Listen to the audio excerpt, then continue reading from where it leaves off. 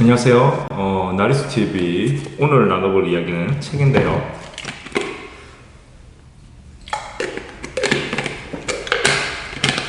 이 책입니다. 감자탕 교회 이야기, 감자탕 교회 이야기라는 책입니다.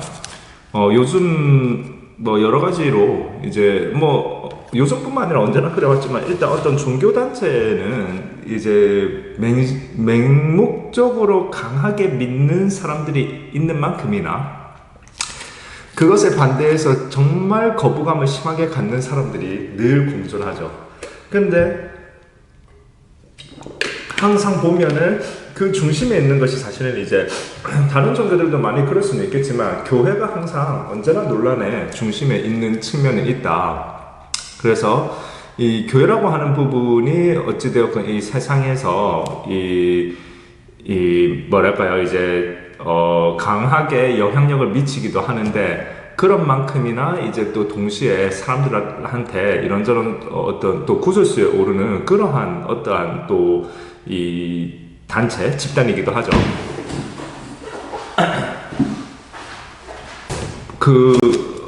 그런데 이제 어쨌든 뭐 일단은 그 또 이 교회 교리라고 하는 것이 외부로부터의 강력한 공격을 받으면 받을수록 그것을 이제 어떤 본인들이 믿는 또 그들이 믿는 어떠한 신에 대한 하나의 어떠한 그 선교사적 사명을 가지고 그러한 상황 속에서도 믿음을 유지해야 한다라고 하는 그러한 교리가 강하게 있다 보니까 그러니까 또 믿지 않는 측면에서는 굉장히 유난스럽게 보이기도 하는 그러한 부분들이 있어요.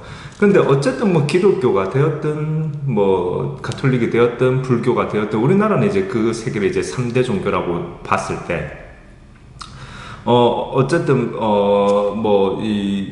이 세상을 여기 한반도에서 대한민국에서 세상을 살 때 어찌되었건 뭐 어느 한 어떠한 종파가 뭐 완전히 그야말로 뭐 종교 전쟁 일으켜서 괴멸시키고 없애버리고 이게 아니라 어쨌든 현실 속에서는 서로 이제 같이 어우러져서 이제 살아가야 되는데요.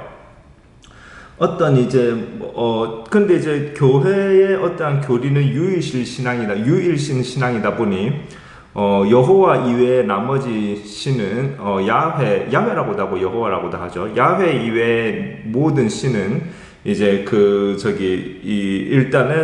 일단은 이제 이단으로 간주하는 경향이 있죠. 그러다 보니까 이제 강력한 어떠한 다른 종교에 대한 배척성이 드러날 수밖에 없는데, 근데 어찌되었건 예를 들어서 그 교리 그 자체를 받아들여서 어떤 다른 종교들과의 경쟁 관계를 갖는다 할지라도 그것은 말 그대로 어떤 본인들의 또 어떤 크리스찬들의 어떠한 뭐랄까요 전도와 또 크리스찬다운 생활, 예수를 믿는 사람다운 생활, 그러한 것을 통해서 이제 오히려 뭐 다른 종교를 믿으려 했던 사람들이 저 사람 보고 교회 다니만 하네 이렇게 해서 이제 싸울 일이지 뭐 칼 들고 싸울 부분은 아니기 때문에 무슨 그 종교 종파가 무슨 어떤 밤거리 조폭들 어떠한 패거리 싸움은 아니잖아요. 그러니까 이제 그러한 맥락에서 우리가 접근을 하고 종교들이 오히려 그러한 식의 경쟁을 제대로 해준다면야 세상은 밝아지겠죠. 자, 그런데 이제 어쨌든 그래서 다양한 이제 어떤 기독교에 대한 어떤 희망을 보는 사람도 있고 때로는 실망을 넘어 절망을 보는 사람도 있고 왔다 갔다 하지만 여기 이 책이 쓰여진 감자탕 교회 이야기라고 하는 이 서울 광영교회인데 감자탕 교회라고 불리우는데요. 여기 어찌되었건 이 책은 상당한 희망을 담고 있는 그러한 책이긴 해요.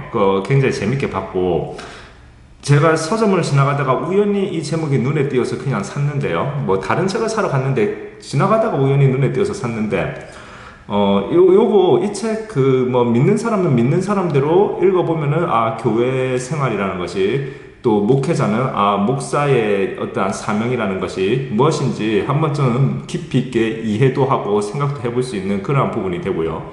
믿지 않는 사람은 믿지 않는 사람대로 그래도 종교단체가 이러한 활동들을 통해서 어쨌든 세상에 어떠한 어떤 기독교적 표현대로 빛과 소금이 되기 위한 그러한 노력들을 아무튼 하고 있구나. 그러한 부분들. 그러한 부분들을 잘 볼 수 있는 그러한 책입니다. 굉장히 생각보다 상당히 마음을 따뜻하게 해주고, 이 책이 만약에 어떤 과장된 어떠한, 그러니까 뭐랄까요, 뭐 내가 굉장히 어려웠는데 하나님을 믿었더니 갑자기 모든 것이 달라졌다라고 하는 그러한 스토리였다라고 할 것 같으면은, 어떤 그런 과장된 이야기에 별다른 감동이 없었거나, 아니면은 뭐 저기 그야말로 그 재미가 어떤 소설 같은 흥미로움 뭐 이런 데서 그쳤을지 모르지만, 이것은 정말 생활 속에서 실질적으로 이 교회가 해왔고, 그렇기 때문에 굉장히 가장되거나 아니면 굉장히 마치 우리가 요즘 좋아하는 히어로 영화의 히어로들처럼 스펙타클한 어떠한 뭐 해결책을 완벽하게, 어두운 세상을 밝게 하는 해결책을 완벽하게 제시한다거나 그런 건 전혀 없어요.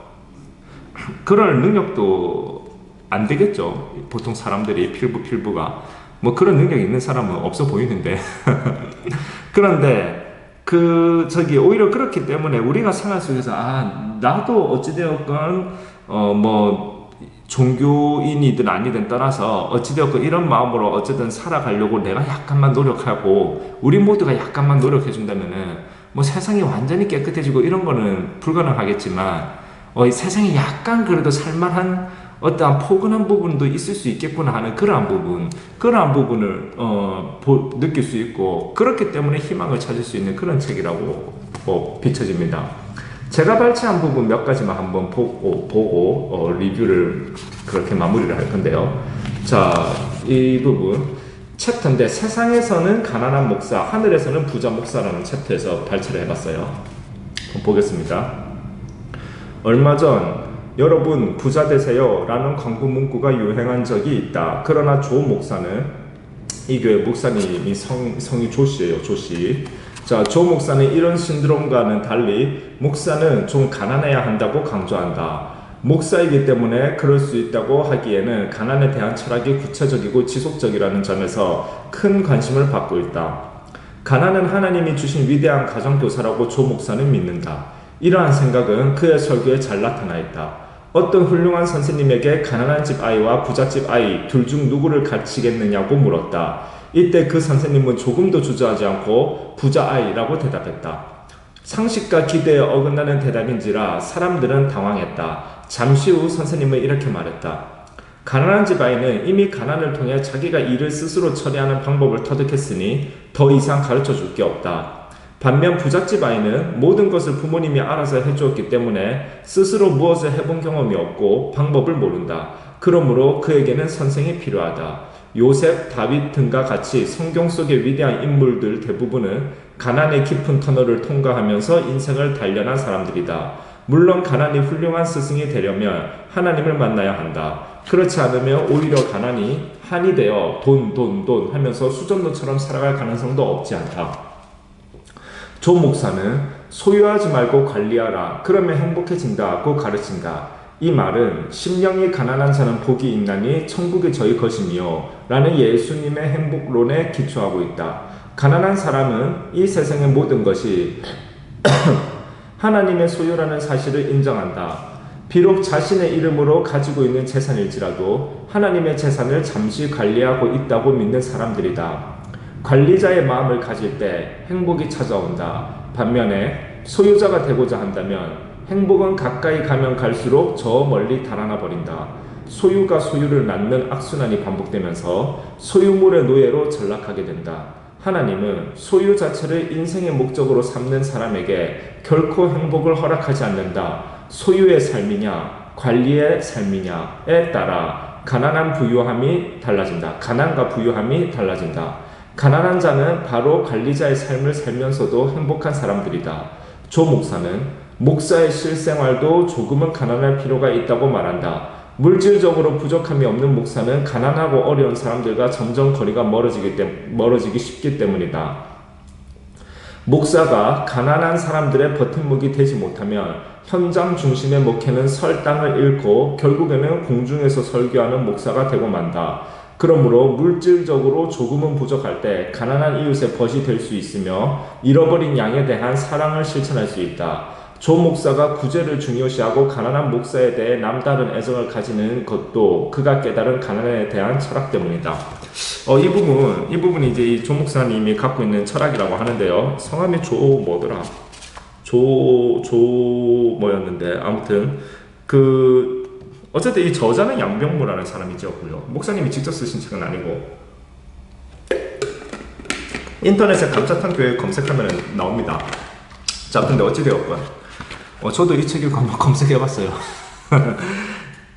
가난에 대한 철학을 이렇게 이제 갖고 있는데, 일단 이 사람들과 호흡하고 하는 데 있어서의 적절히 가난함이라고 하는 것을 적절히 이렇게 자기가 컨트롤할 수 있는 범위 내에서 뭔가 마음 한켠에 느끼고 살아간다라고 하는 것이 오히려 세상의 빛과 소금이 되기 위해서 어려운 처지의 사람들과 진심으로 교감하고 소통하기 위한 하나의 통로가 될 수 있다. 하나의 스승이 될 수 있다. 가난이. 이러한 부분들은 굉장히 이 목회자다운 말이고, 또 목회자가 아니면 쉽게 생각하기 어렵고 실천하기 어렵죠. 일단은 부자가 되고 보는 것이 우리의 목표인데, 어쨌든 목회자가 이러한 모습을 보여줄 때 우리는 진실함과 감동을 느낄 수가 있죠.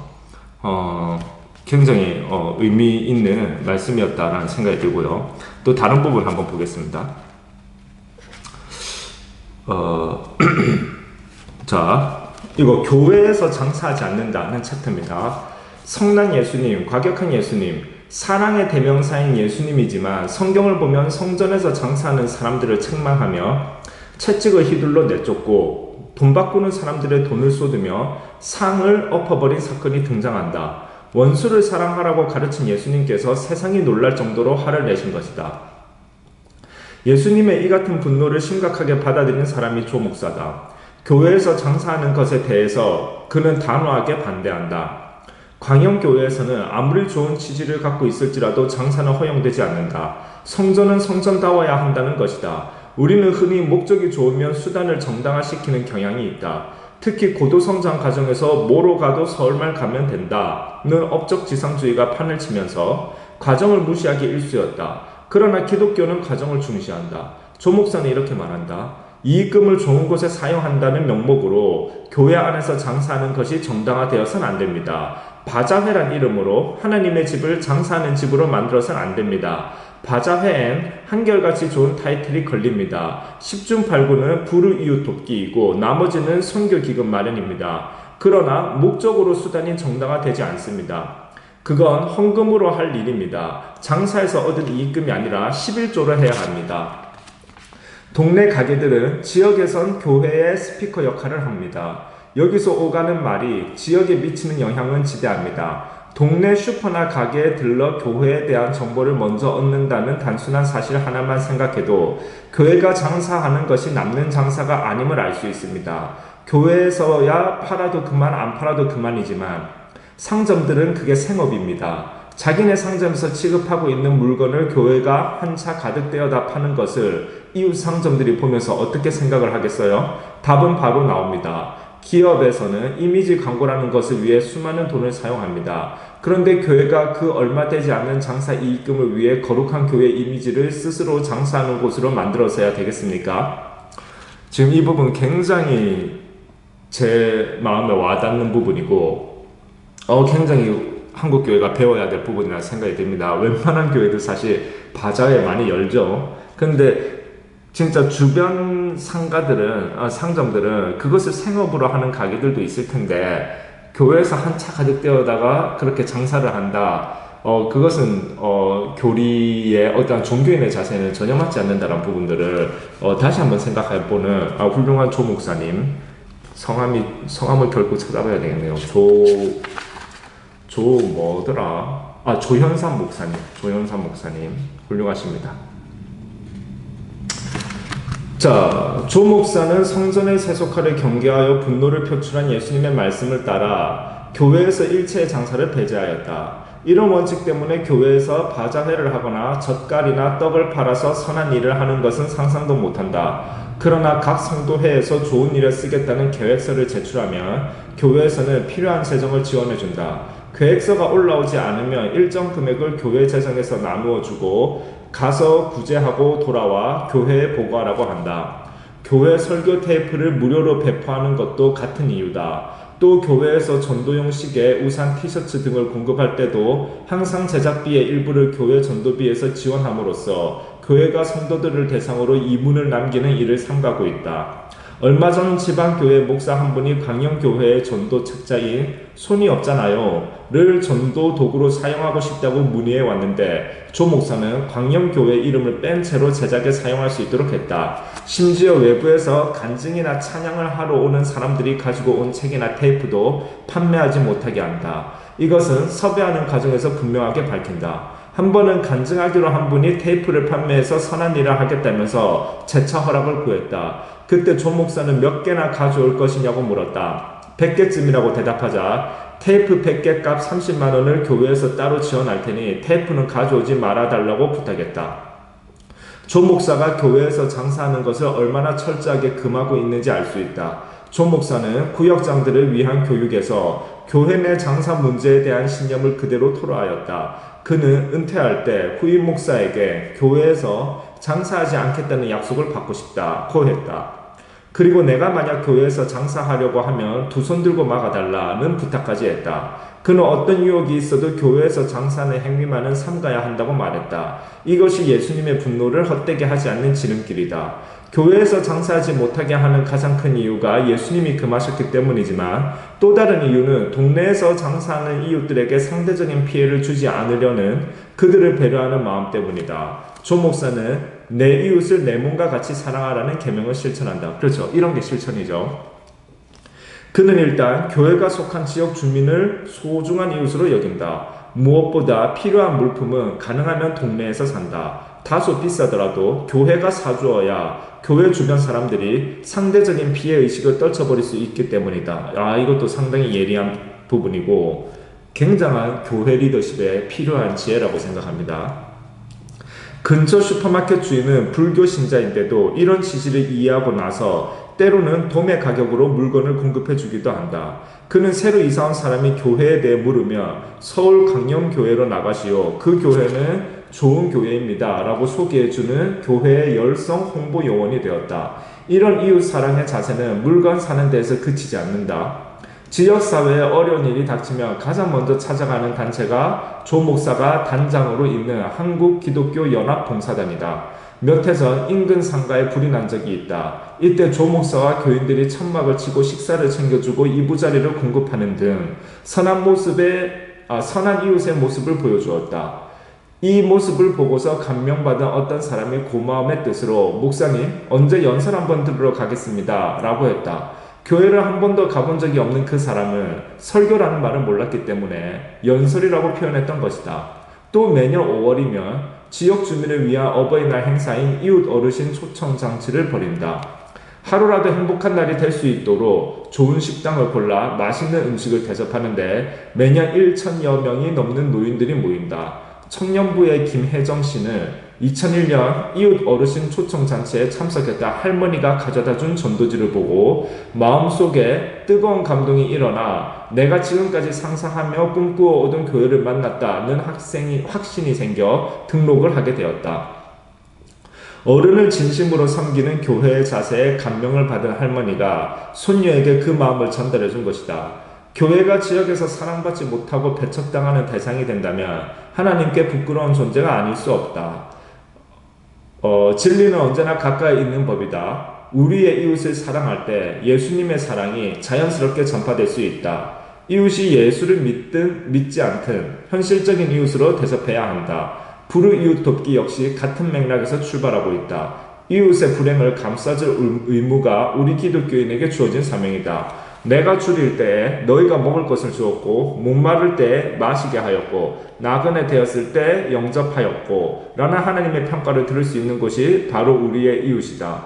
그리고 하나님은 바로 이들을 우리의 몫으로 남겨놓았다. 이런 목회 철학을 이해하지 못하면 교회의 돈을 허비하는 것으로 오해할 수도 있다. 당연히 동네보다는 대형 할인점이 값이 싸다. 그 가격차를 얘기할 때마다 조 목사가 하는 말이 있다. 그 차액은 전도비라 생각하면 된다. 이 한마디에 사람들의 마음은 넉넉해진다. 조 목사는 최소한 우리의 이웃이 교회로 인해 손해를 보게 해서는 안 된다고 생각한다. 주차나 소음 문제 등으로 동네 사람들에게 불편을 주면서 단지 물건값이 싸다는 다른 이유 하나로 다른 곳에 가서 물건을 산다면 그건 상식적으로도 안 될 일이다. 교회가 있는 것이 지역 발전에 얼마나 큰 힘이 되는가를 이웃이 느낄 수 있도록 해주어야 한다. 교회가 부흥하면서 동네 상점들도 함께 부흥해야 한다. 교회를 다니지 않는 동네 사람들마저 교회는 강영교회 같아야 한다는 말을 들을 때는 교회 사람들 모두가 뿌듯해진다. 뭐 교회가 함부로 장사하면 안 된다는 부분들 여실히 드러나고 있죠. 뭐 취지가 좋은 취지를 갖고 보통 하죠. 좋은 취지를 갖고 보통 하는데 생각지도 못한 이웃들에게 피해를 준다면 하나님의 뜻에 어긋난다는 것을 알 수 있는데, 어쨌든 성경은 어려운 사람을 도와주었을 때 그것을 하나님이 이렇게 칭찬한다고 이야기를 하죠. 내가 어려울 때 너가 나를 도왔다라고. 모르겠습니다. 우리가 세상 살면서 과연 하나님이 존재한다, 존재하지 않는다, 이거를 누가 정말 확신 있게 이야기할 수는 없죠. 누구도. 그러나 그러한 믿음을 갖고 사는 사람들을 우리는 종교인이라고 하는데, 어찌되었건 그러한 믿음을 갖고 살면서 거기에 대한 실천이 이렇게 다른 사람들에게 피해를 주지 않고 작은 도움이라도 줄 수 있는 이러한 쪽으로 바뀐다라고 할 것 같으면은, 그러면 그거는 이제 종교 본연으로서의 좋은 역할을 해주고 있다는 부분을 뭐 굳이 우리가 부인할 이유는 없죠.